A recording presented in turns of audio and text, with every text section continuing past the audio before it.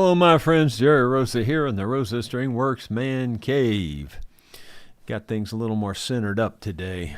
Get my head in between the two signs there.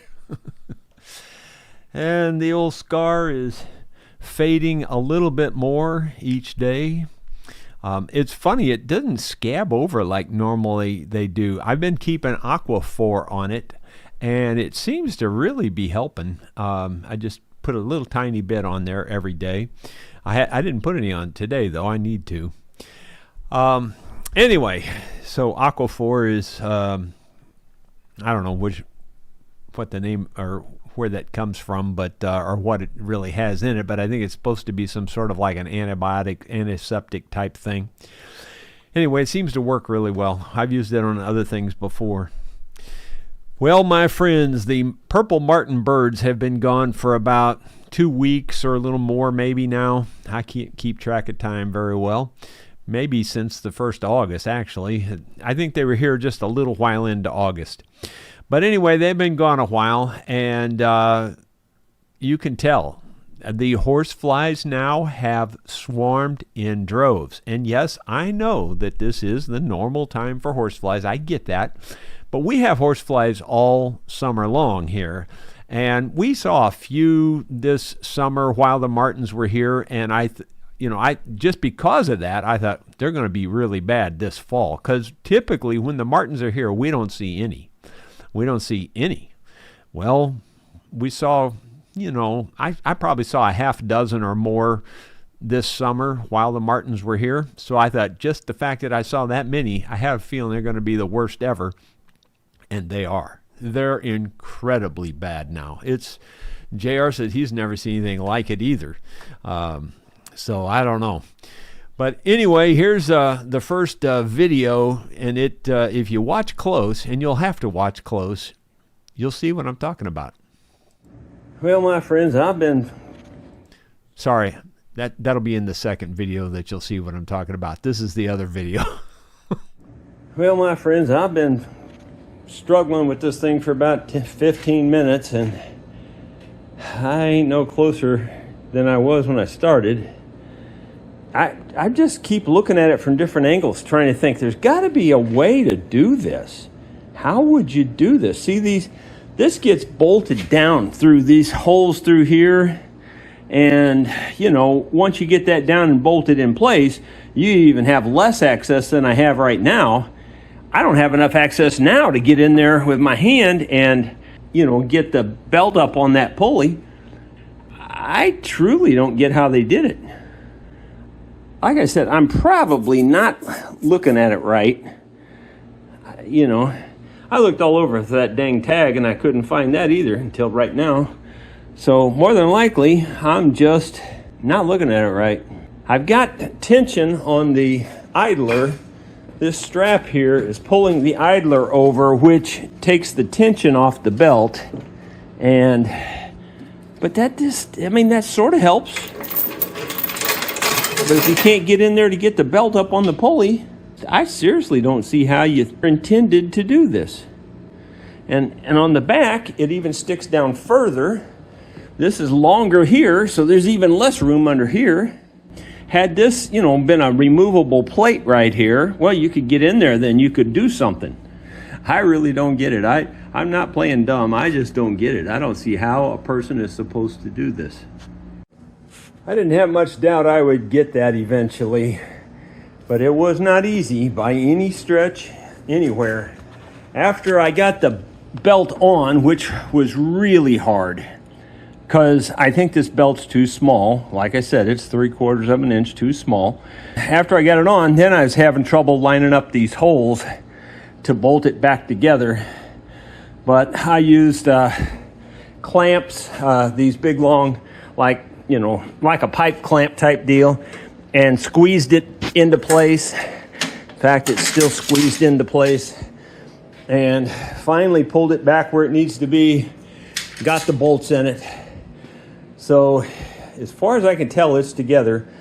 The negative is I have not yet released the tension on this ratchet strap, and I'm not sure I can get that ratchet strap out of there. I may have to cut it and waste it, because it ain't going to be easy. I know that for sure.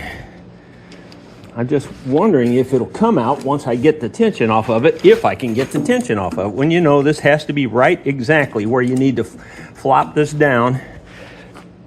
It's like you never get a break at all on anything. I mean, like nothing. Nothing gives you a break. Not one break on anything. If it can be hard, it is hard. That's just the way it works. And this is hard because, like, I can't release this because it's hitting that.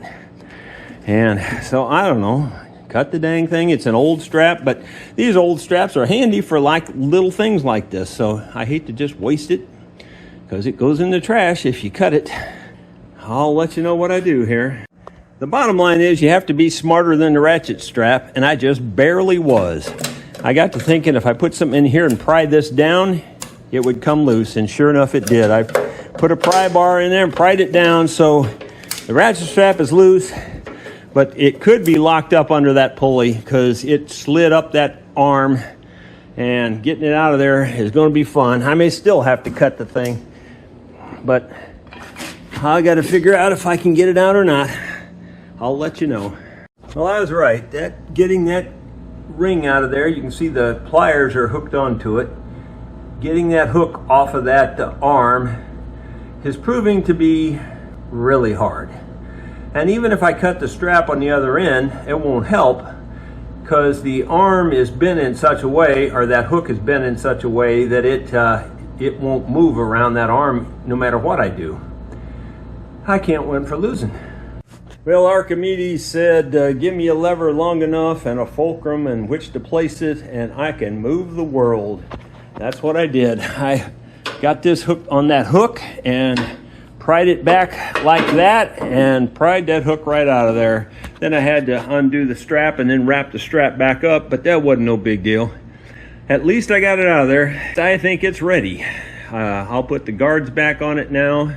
It's about to rain outside. It actually is raining, I think. We won't be cutting with it today, but maybe tomorrow. You just never know. Well, I think we got her whipped. And that was a fight. I ain't gonna kid you. That was tough now. I also put a new O-ring on this little seal up here.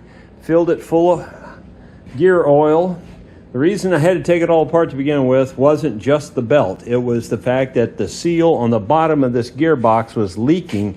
All the oil was leaked out of the back of it. You could just see it all across there. So I knew the seal had to be bad. Sure enough, it was.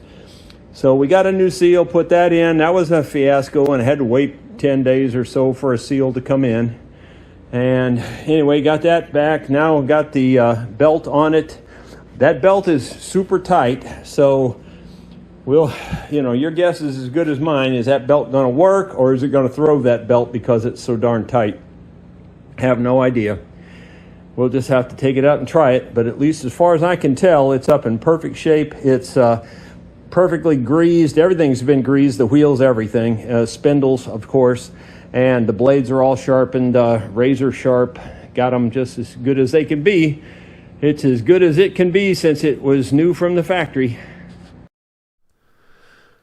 And that's for sure. It's on that tag that I finally found while I was filming there. I swear I had looked all over that thing for that tag. And I guess I was just blind. I couldn't see the forest for the trees, In fact, Sue helped me look. She was looking all over it. She didn't find it either. I don't know how we missed it. It's in plain sight. I think that's how you miss stuff, is when it's so obvious, you just overlook it.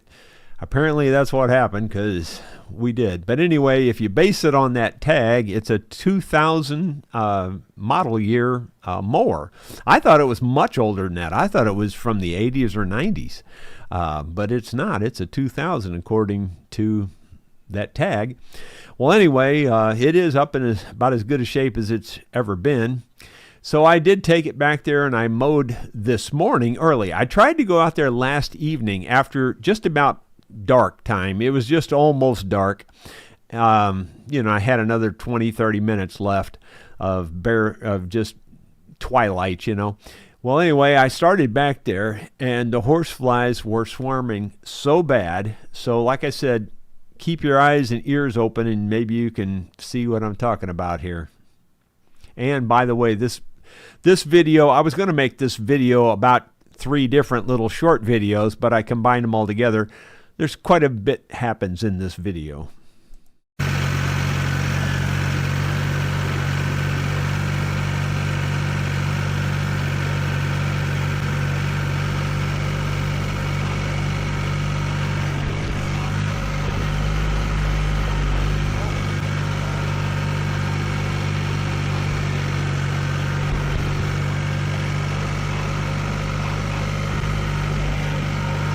I've never been attacked by more horseflies.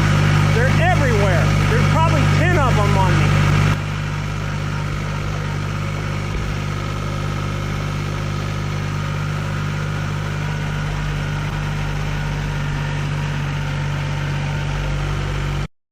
My friends, I've never seen anything like it with the horseflies.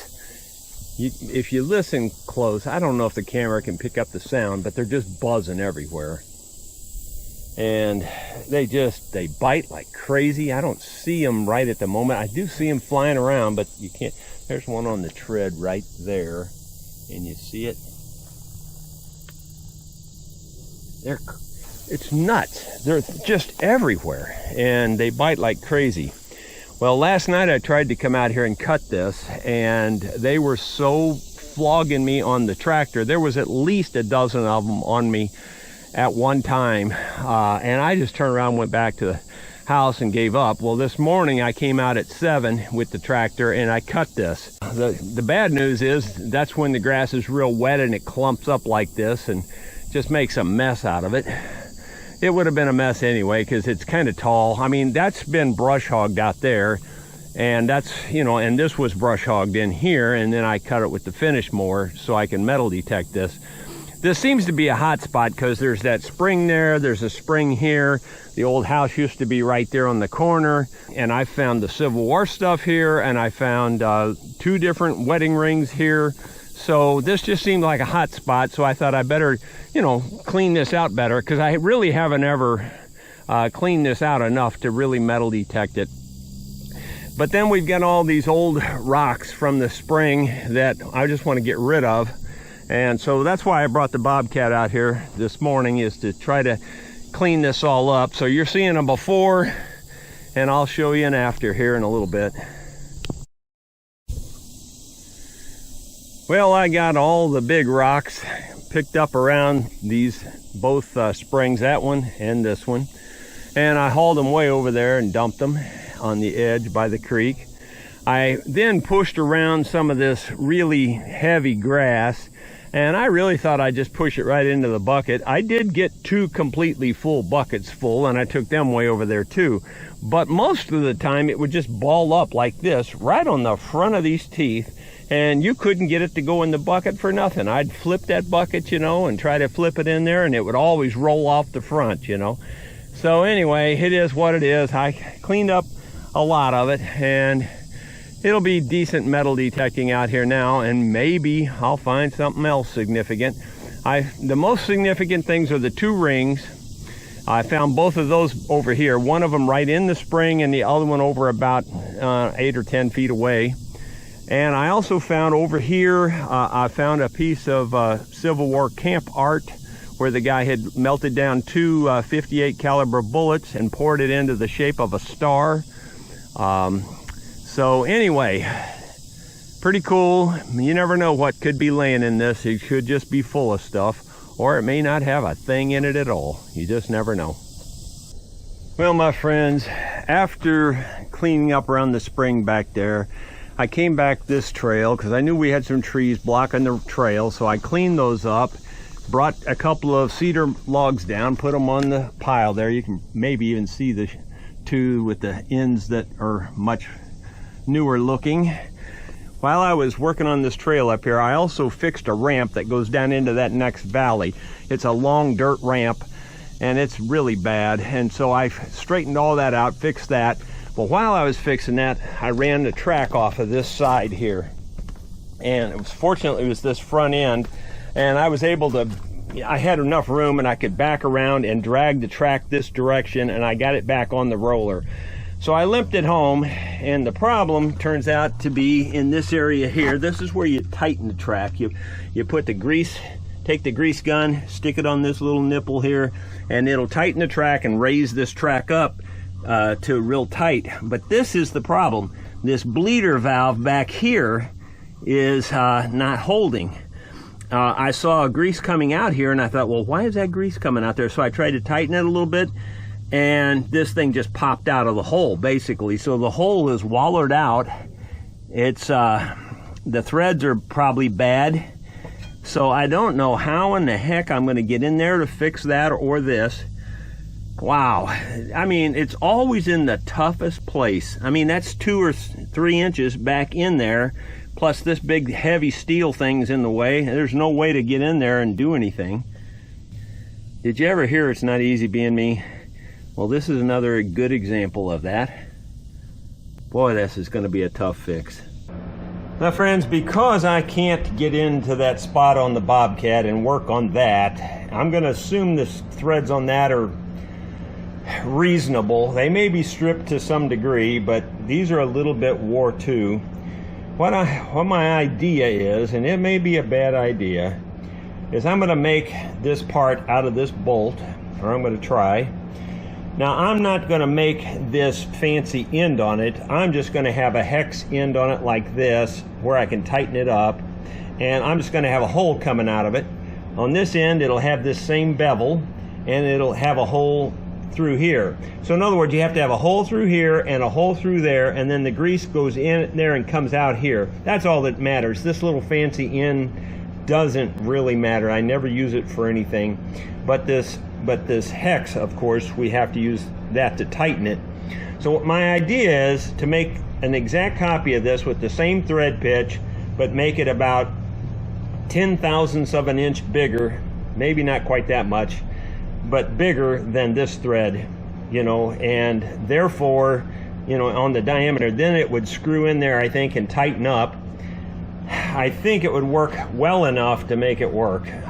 That's just all speculation on my part. It's going to be a lot of work to get there, and I just hope it fixes the problem, because I don't know any other way to fix it. That's a fact. I don't know any other way to fix it. It's just not easy being me. And, you know, you could, if you took it to Bobcat, you know, to have it fixed, I bet you're talking $1,500 minimum, and maybe way more than that, because of their labor rates, and you have to take so much stuff apart to get to that. And they more than likely they would replace the whole dang unit in there because of the threads being wore out. You know, I mean, it's way overkill for, you know, what the problem is. The problem's relatively simple. It's just this ain't staying tight in the hole. That's the problem. So I have, you know, trying to make this. In fact, I've got it started down there now, and as that bolt that you saw, I'm holding it in a collet, and I have now got this to size where the threads are. So I've got the bolt to the right size, which is slightly bigger than this. And next, I have to single point cut the threads. Single point cutting means that you're cutting them while they're on the lathe, and you have a little cutter that will, as this is spinning, it moves across and cuts the threads in there. So I had to get out my book, because I haven't done that in a while, and I just needed a refresher on how to set up all those gears and things for doing that. When I first got the lathe, you know, 10 years ago or whenever, I was cutting threads like that all the time, and I was really pretty good at it. So it's not like I don't know how to do it. It's just I couldn't really remember all the fine details. And so I've been looking through the book this morning. I think I've got it figured out. So I'm going to go down there and get that done. In addition, you know, you heard me talking about around those springs, what I had found there. So I thought I might as well pull out a little bit of this stuff. This is just 3 items, but what you heard me mention. This was the first ring I found.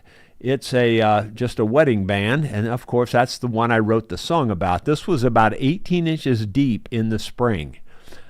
Barely made a signal at all on my metal detector, but because it was in that spring and it made a signal, I thought, I'm gonna dig that out and see what that is. And so once I got down there, this popped out, and I couldn't believe it. It was a wedding band. So cool. And if you look under a high-powered microscope, you can still see just at least a little hint of gold. What do you call it? Gold leaf or whatever. Where they gold plated it. It's very, very minimal, but you can still see it. And there is a little bit of a design in this, but it's so corroded you can barely make out anything. But there is some kind of a fancy design around the edge of the ring too. So that was the first ring I found. Well, then I actually have found a total of 5 rings back there, I guess it is. One of them was a little kid's cheapy ring. It was nothing, and it was a fairly modern one, so it's nothing that matters. But I found another one exactly like this, almost exactly like it, about 200 or 300 yards further down the valley away from the springs. And then I found one up where the other house was above the pond, and it actually used to have a stone in it, but it looked like this. It was probably gold plated also. It had a stone in it, but the stone was missing. And then in the same area there with the spring, well, this is the other ring I found, and you've already seen this. This is 18 karat gold, and I thought for sure it was a diamond. It's just not focusing. Well, and if I make it focus, now that I think about it, it won't focus on me again. So either way, it's a lose-lose. But anyway, I had this appraised, and the jeweler said that in the modern time, if you had this setting made, you'd spend well over $1,000 just for the setting. It is 18 karat gold, and she did test it. And it is not a diamond, unfortunately. It is probably a white sapphire. It's not cubic zirconia, because, first of all, that wasn't, I don't know, that's been around a while, but this is older than that. So anyway, so I found those rings there, and then I also found, to me, this is the coolest thing, even though it doesn't look cool. This is the coolest thing to me, and that is this. This is, you can tell by weight, and I checked it, on a male scale, and to the finest degree that male scale will measure. This weighs exactly 258 caliber bullets. I mean, exactly, not close, exactly. So I'm sure this was camp art, is what they call it, from the Civil War, because if you know anything about the Army, it's hurry up and wait. So you're sitting in camp for 2 or 3, 4 days, and you got nothing to do. So you just, maybe in the evening you're just sitting around the campfire. You just take 2 of your bullets there, you melt them down, you pour, and you just make an indentation in the ground, and you pour them into that indentation, and that you can tell this was poured right in the dirt. You can see it. You can even see it in the, in the patina or whatever you want to call it. It was really cool that was, definitely. I'm 99.9% sure this is a Civil War camp art, is what that is. Because you can go online and look it up yourself, and you'll see the same kind of thing, and they look very similar. Not necessarily the exact same design, but very similar made, So anyway, so this afternoon then, my plan is to go back down there and keep working on this. I have revised my plan. I told you I was going to drill a hole in this and drill a hole in this, and I think I'm just going to make it as a plug now, because really I don't need the holes in there either. The holes are, when you loosen this up, it lets the grease come out because it's under high pressure. Well, you can just take this all the way out to let the grease out. It's not a big deal. I don't know. I may still put the holes in it. It doesn't really matter, though. The holes are minimal. It's not even very difficult to do the holes. That's pretty easy.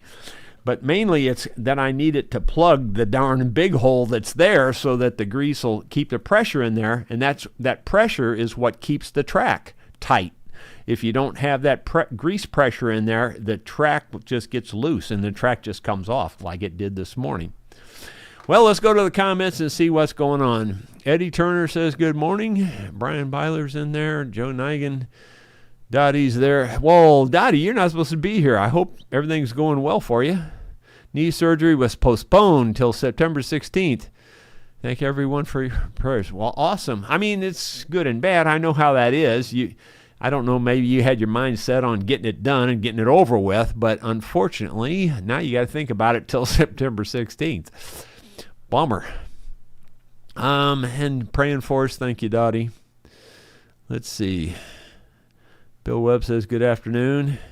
Bill Webb made me a good offer on that Harmony Monterey guitar.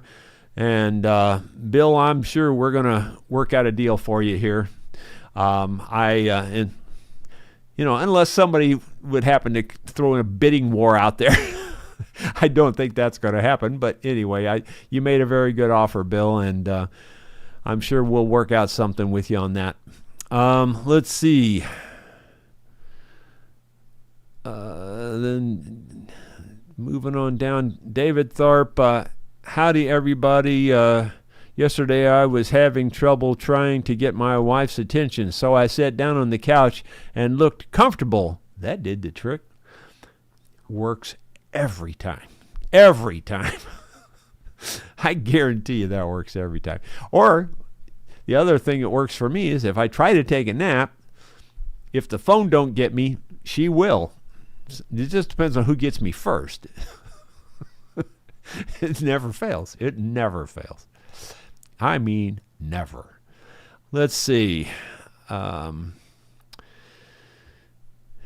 says, hit the like button. It helps the channel. I appreciate that if you would do that. After we went live, David Tharp says the correct spelling is school, not school. Some people put the second O in place of the first O, which is very wrong. Get it right, people. Yeah, you don't want to mix up those O's. Got to get them in the right place. Let's see. Brian Biscup, good afternoon from Elgin, Illinois. And then Paul Akers, can you use low-tack tape to hold the belt on the pulleys? I never heard of such a thing. There used to be what they called belt dressing I'm talking back in the 70s probably. And I used to put belt dressing on belts that were squealing, and it would just fix them instantly. Well, I can't find it now. It's probably out there somewhere, but I searched one day. I was really looking for belt dressing. I couldn't find it anywhere. And so I finally found it. I got it. And you know what it was? Some guy, it was just a big farce. It was just a scam. He had a tube of silicone, just like silicone caulk, except it was a small tube. It was a tube of silicone caulk, and he had spray painted the tube black, and to get rid of the name and everything. And I think he had affixed a label to it that said belt dressing or something like that. It was a scam.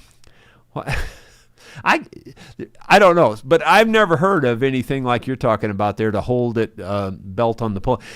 I'm not having any problem with the belt jumping off the pulley. The reason we had a problem on it to begin with was the belt just broke. But let me tell you something else that happened this morning, though.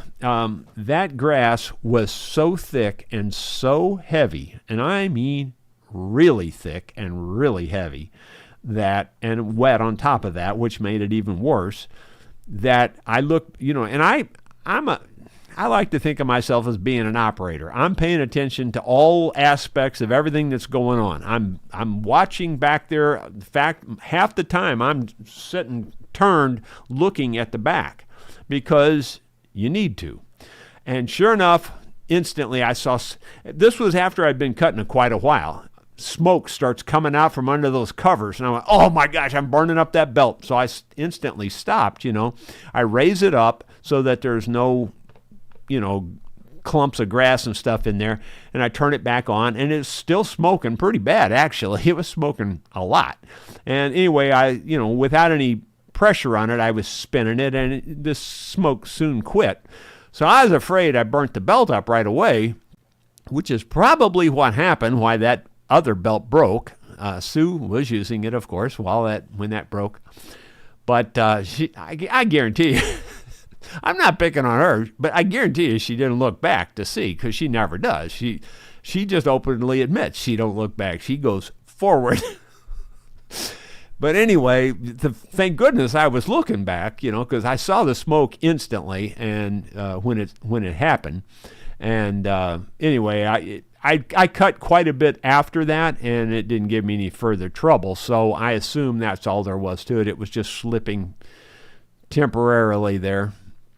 But anyway, I don't really know of any tape that works on a belt. I've never heard of anything like that. I don't think any kind of tape that you would put on there would stay more than about 2 seconds. That's just my opinion, because there's a lot of friction going on with those belts and those pulleys. Now, belt dressing goes on the actual belt itself, and it's just like a tar substance. When the pulley, like when belts squeal, they're typically slipping on the pulley, either on the drive pulley or something, and when you put that dressing on there, it stops the squeal and makes them grip a little bit better too. But that's all I've ever known about. See, Bill Rhodes says, it has been a fight to be able to leave a text. Well, I don't know. Can't really comment on why that would be. Garland Edmondson, my concern is the belt so tight it could cause wear on the bearings. And that is a legitimate concern. That thing's made pretty heavy duty. I don't think that's too much of a concern, but it could be. Also, that idler pulley is on a spring, and the fact that I was able to spring it far enough to get the belt on there, I think it's okay, because it's still on a spring. That when I let that ratchet strap off, well, the pulley went back to tight on the belt. So I think it's okay. It's about as good as you can do it. I mean, the only way would be a little bit better would be as if I had that 3/4 of an inch addition on there. But I think it's okay. I think it's within its range, on the idler pulley. Time will tell. Bill Rhodes, hey Jerry, I was just wondering if everyone else is having to deal with extremely high insurance prices. Well, as far as I'm concerned, insurance is the biggest scam on the planet. I mean, everything has gone that way. The guy yesterday says I was complaining. Well, I'm telling you what, if you want to accept all this stuff and not ever deal with it, that's fine with me. That's your business. But for me, this stuff is a scam, man. And this insurance is the biggest scam there is. The homeowner's insurance, the auto insurance, and the health insurance, it's all huge scam. And the execs are, don't get me wrong. Don't hear me say that companies shouldn't make a profit. They should. I'm totally 100% for it. They should make a profit. There's no reason to be in business if you don't make a profit. But a profit's one thing, and an insanely obscene profit is a different thing. And the corporate executives want their Porsches, they want their yachts, they want their helicopters, they want their jets. And you don't think they don't have that stuff? You are naive, because they've got that stuff. And that's the reason all these rates are so crazy high. These guys give themselves insane bonuses. They give themselves insane salaries. Like at one time, and I can't remember exact figures, but a lot, you've seen it yourselves. Some of these CEOs, by themselves are making more money than all of their employees in the company combined. Now, are they worth that? Seriously worth that? Not really. No, I don't think so. Now, if you flip the table totally different, you take somebody like Elon Musk, and I'm just using him as an example. I'm not a fanboy of Elon Musk at all. I'm just using him as an example because we all know what he's done and the companies he's running. I mean, he's got Tesla, he's got SpaceX, he's got the deal with the biofeedback stuff for helping paraplegics. I mean, he's got gazillions of businesses going. But it's his company. Now, if he wants to take an insane salary, I don't have much problem with that. But an insurance company, that's not owned by the guy that's running it. And like a utility company is another example. It's not owned by the guy running it. And to me, those kinds of salaries should be some way, they should be controlled in some way. It just should not be open to just, and not only do they do that, but then they seriously do and have robbed the pension plans of these companies and taken all the pension money and put it in their pockets. It's just not right. There you go. It's not like this is my opinion.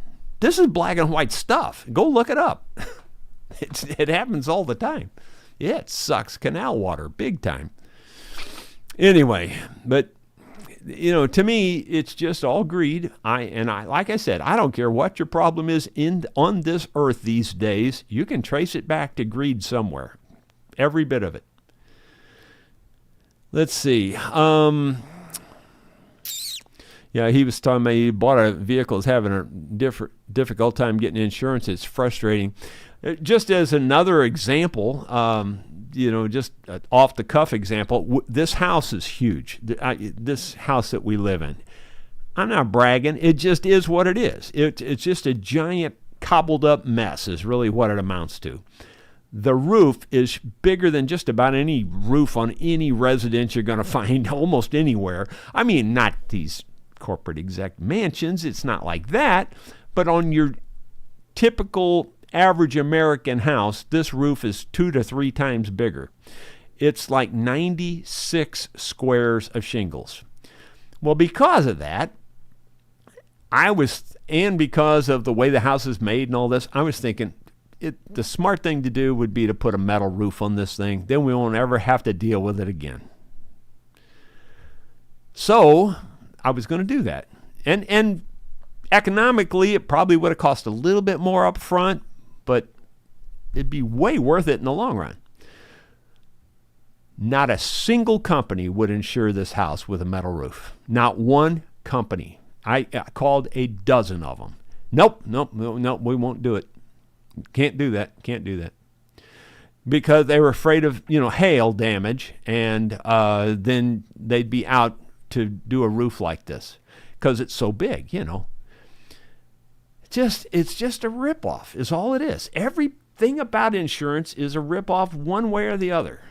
And the game is set up so that they win. It's almost exactly like Vegas in terms of all the house rules and everything, so that they always win. Well, again, I don't have a problem with them making a profit. That's not my problem. In fact, I want them to make a profit. The insanely obscene profit is a totally different thing. And that's where we're at in today's world.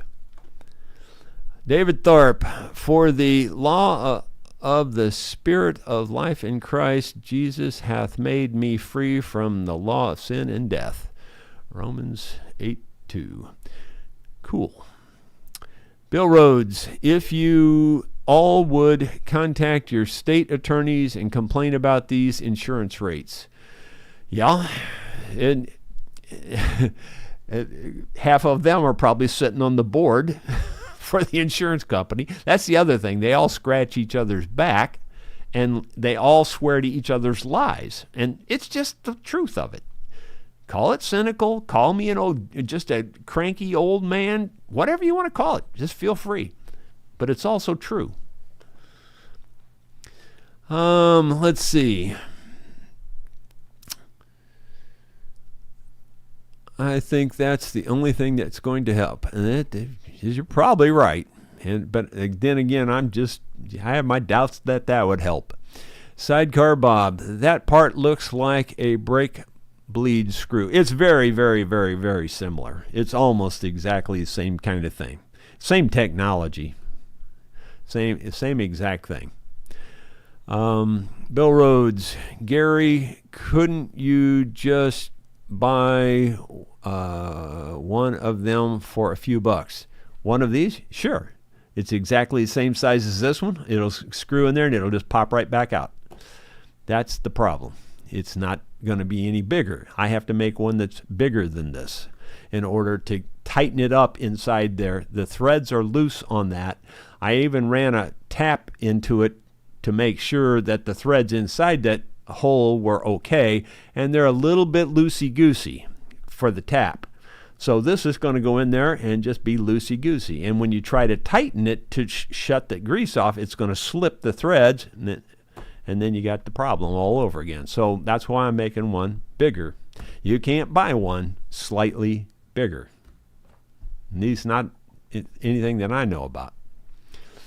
And I'll have it made in an hour or so this afternoon. So by the time I would get one, I'd have this one made, you know. David Tharp, I saw a sign that read, parking for frogs only. All others will be towed. Yeah, well, don't let a toad wet on you. You get warts, man. Let's see. All those old wives' tales, you know. You don't touch that frog, you'll get warts. I don't know, that's what they used to say around here. What's some of your old wives' tales that you've heard as growing up as kids about frogs or snakes or spiders or any of that stuff? There's all kinds of stuff like that. Let's see. Moving on down. Sidecar Bob. David, our son Matt likes frogs. Someone gave him that sign, and it is hanging in our garage in memory of him. Cool. Rebecca, JR's daughter, she is deathly afraid of frogs. I mean, she'd rather have a snake wrap around her neck than to get a frog anywhere near her. I don't know why that is. She's just, when she was pretty little, there was a frog in her boot. She put her foot in the boot and there was a frog in there. And ever since then, she's just been terrified of frogs. And Emery is that bad with birds. Emery's just terrified of birds. It's just an unreasonable fear, but it's real to them. It's their real fear. Just like it's probably unreasonable that I'm so afraid of heights. When I get on the edge of a building, especially where I can't hold on, I'm just terrified. I am absolutely terrified.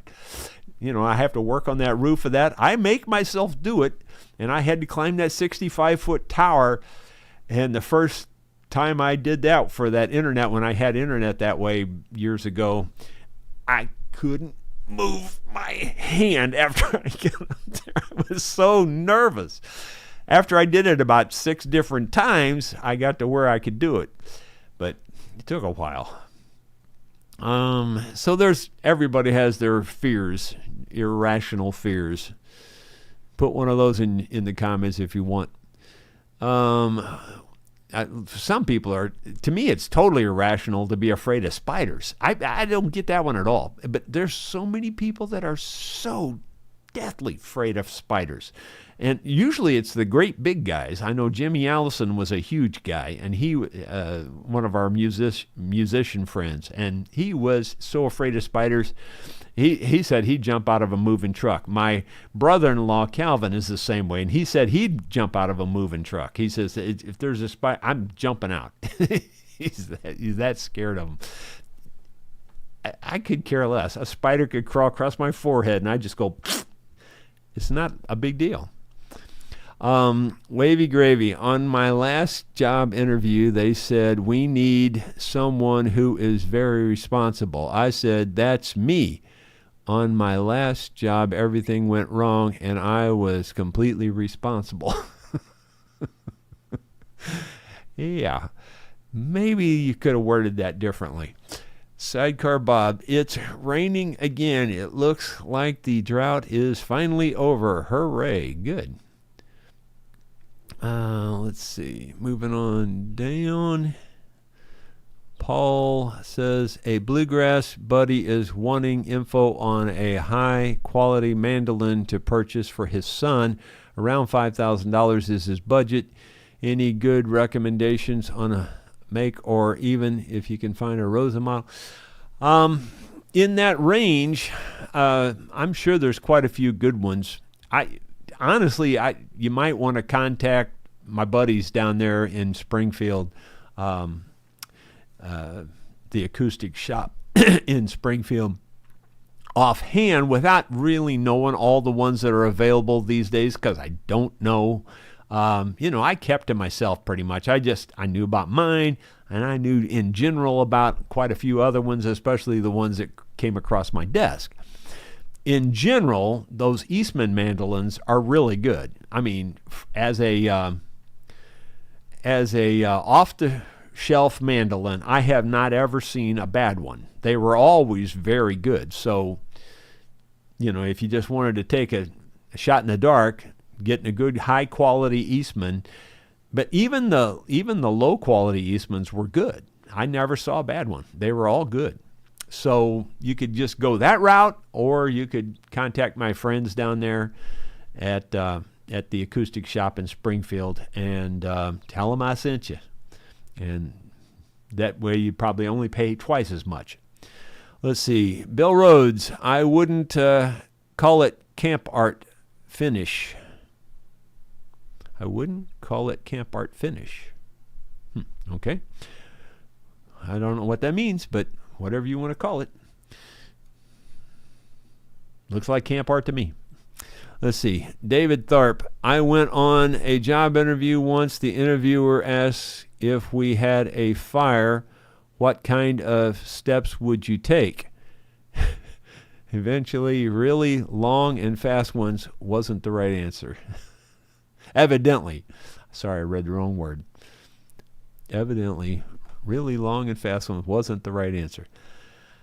I would say that might not have been what he was looking for. Gary Hayden. Jerry, have you ever met Earl Hees? Oh, absolutely. Played music with him a lot. The bass player. He's from Missouri. Yeah. In fact, I introduced him to Renee, which was... that's JR's mother-in-law, Emery's mother.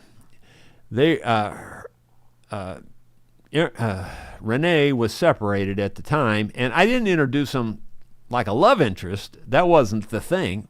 Turned out to be that way, kind of, unfortunately. But I introduced him just because she was playing bass. He's a super good bass player, and we were at the same place at the same time, And it kind of grew into more than that over time. But anyway, it is what it is. But I do know Earl. He's an incredible bass player. Wavy Gravy. I made the mistake of having my employer why he wouldn't pay me what I'm worth. I made the mistake of asking my employer why he wouldn't pay me what I'm worth. And he said he'd be glad to pay me that amount, but if he did, I would violate minimum wage. Yeah. Well, I thought you were going to go a different direction and say, if I did, you wouldn't work here. You wouldn't do any work. Let's see. Paul Lanier, do Gibson Flat Top 200 series have areas to improve the otherwise great tone? Some refer to improvement as hot rodding. Well, as many guitars and things I worked on, I never kept track of which model number they were, which series they were. So I don't know. The truth is, I don't know about a 200 series.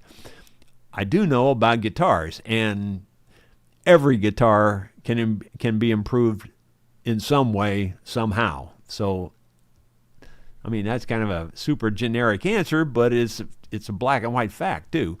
I've rarely seen an instrument, especially one from the factory, that I couldn't improve in some way, if that makes any sense.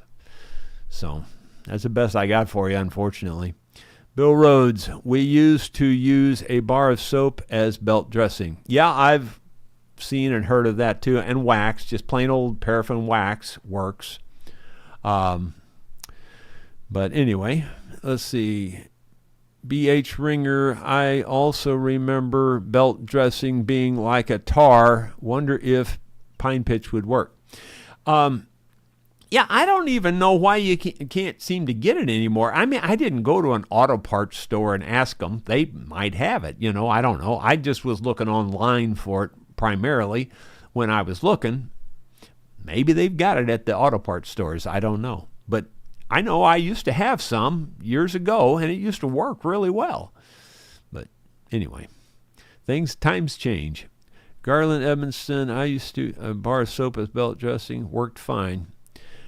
G&P Old Marine Shop. Hi, Jerry. Yes, car insurance crazy. My premium went up $80 a month in 6 months. Now I understand more and more why people drive without it. Yeah, well, everything's like that. It's gone completely nuts. Yeah, I'm sorry. I blame it on greed. I really do, because that's where most of it happens. It's, they want to make a profit, but that's not the point. They want to make an unreasonable profit so that the corporate executives can pad their pockets. That's the real truth of it. You, again, believe what you want. I got no reason to say these things if I don't think they're true. I 100% know they're true because I worked in one of the biggest corporations on the planet. And it's nuts. It's unreasonable what they do and how they do it. Back when I first started at Bell and AT&T, it was under AT&T at that time when I started.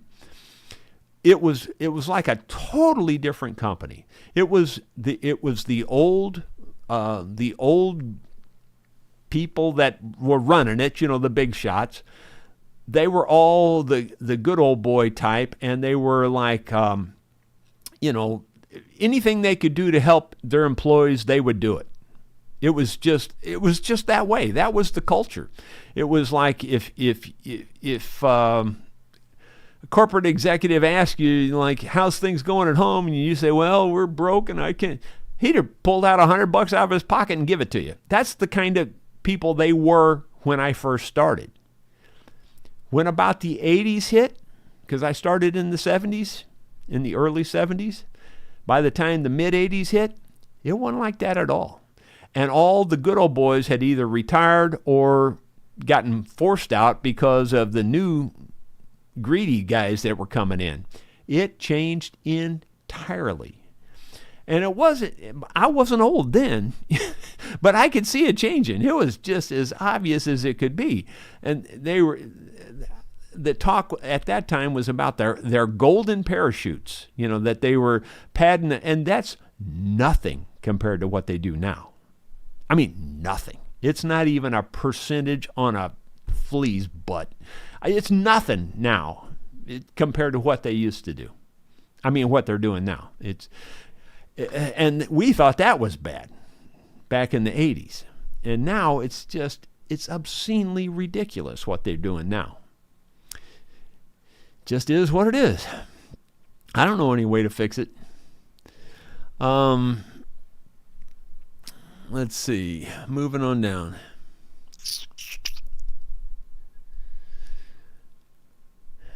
Bad Bob V65 says, insurance is nothing but legalized gambling. We are betting something going to happen. And they also have so many caveats and so many, fine prints that say, no, we don't have to cover that. That, we're talking about the fact that, even though that tree fell on your house, well, that was because it was negligence on your part. You should have cut that tree down years ago. It's your fault. Whatever. I mean, it's just, they've always got a loophole. And always a reason why they don't have to spend money out of their pockets to fix whatever it is, even though you've spent thousands and thousands of dollars on the insurance. It's a ripoff just waiting to happen. BH Ringer, on second thought, why not use bow rosin for belt dressing? Well, it'd probably work too. That's basically beeswax. Bill Rhodes, Jerry, I don't know who that guy was yesterday. Squeaking wheel that gets the grease. Remember that? Yeah. Let's see. It's scrolling on me here. Eddie Turner, we asked an insurance agent why they were raising insurance costs up. Her answer was because we can.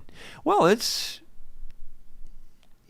I guarantee you, if you take a walk up the stairs to the ivory tower, you'll see why it's up as high as it is. Bruce Ducker, like I said, when the main guy is making more money than just about all the employees' total salaries combined, that ought to give you some kind of clue. Let's see. Back in 2017, after a hurricane, my ex-landlord had the roof redone using metal. The insurance company called it wind mitigation and lowered my rate. Yeah, see, and there has been, I've heard of people saying that was the way they got their insurance, was because they had metal. I couldn't get anybody to cover it here. It just, but maybe it's depending on the size of the roof. This is a huge roof. 96 squares. I mean, your average house, I don't know, 30, 40 squares, something like that, something like that or less. Anyway, Bill Rhodes, Jerry, I was a truck driver for years, driven millions of miles, no tickets, no DWIs, no accidents, and it seems to mean nothing. Yeah, I know. I totally get it. I totally get it. Let's see. GMP Marine Shop, well, slightly lanky anywho. Okay, well, I've lost the context on that. I don't know what that means. How's JR's eye? Dottie's asking. I think it's eased up on him. I don't think it's bothering him as much. I think he's supposed to go back this Thursday to Columbia to have an additional operation to get the last bits of it out. That's what I think. I don't know if he's going to follow through on that or not. Bill Rhodes, do you know about thread tape? Yeah. In fact, I know about like Teflon tape. Is that what you're talking about, where you wrap the threads in that? In fact, I had these threads wrapped in Teflon tape because I was trying to take up space, and it worked for a while, but it's just not going to work. So if that's the thread tape you're talking about, I know about that, but if there's something else, no, I don't know about it. BH Ringer, Bill Rhodes, I've used, okay, let's see. Bill Rhodes, Jerry, you just went over text mine and someone else's. Okay. I don't know what you mean. If I skipped them, I don't know who I skipped. I thought I read them all.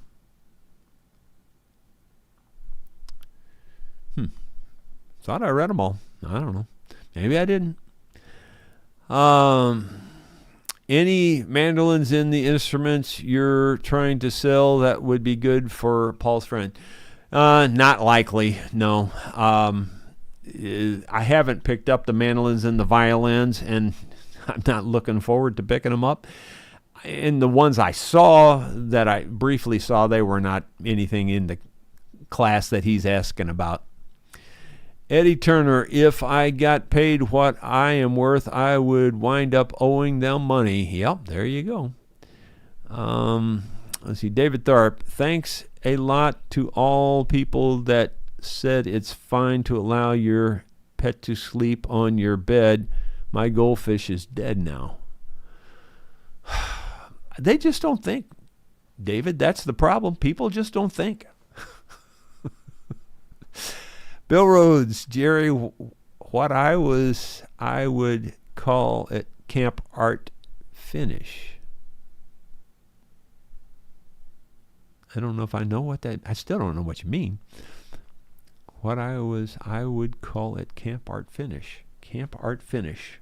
Okay, it's camp art finish. I don't know what that means. I don't know. Maybe I'm just stupid.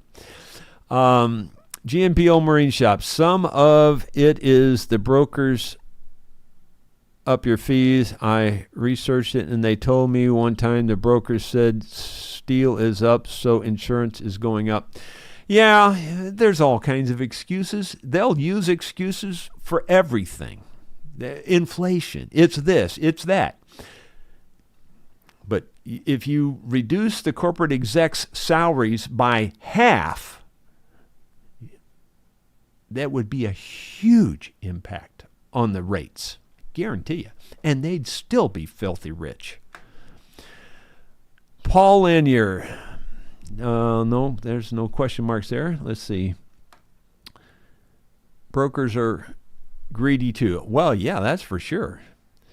Let's see. I thought bow rosin was pine rosin. No, not generally speaking. Bow rosin or things that you put on a bow is generally wax based. Now, the pine rosin that you might be thinking of would be what they put on a baseball. But on a bow, at least to my knowledge, we've always used a beeswax substance. Well, guys, I'm going to let that be it for today. I will see you back here tomorrow with something else. Y'all take care.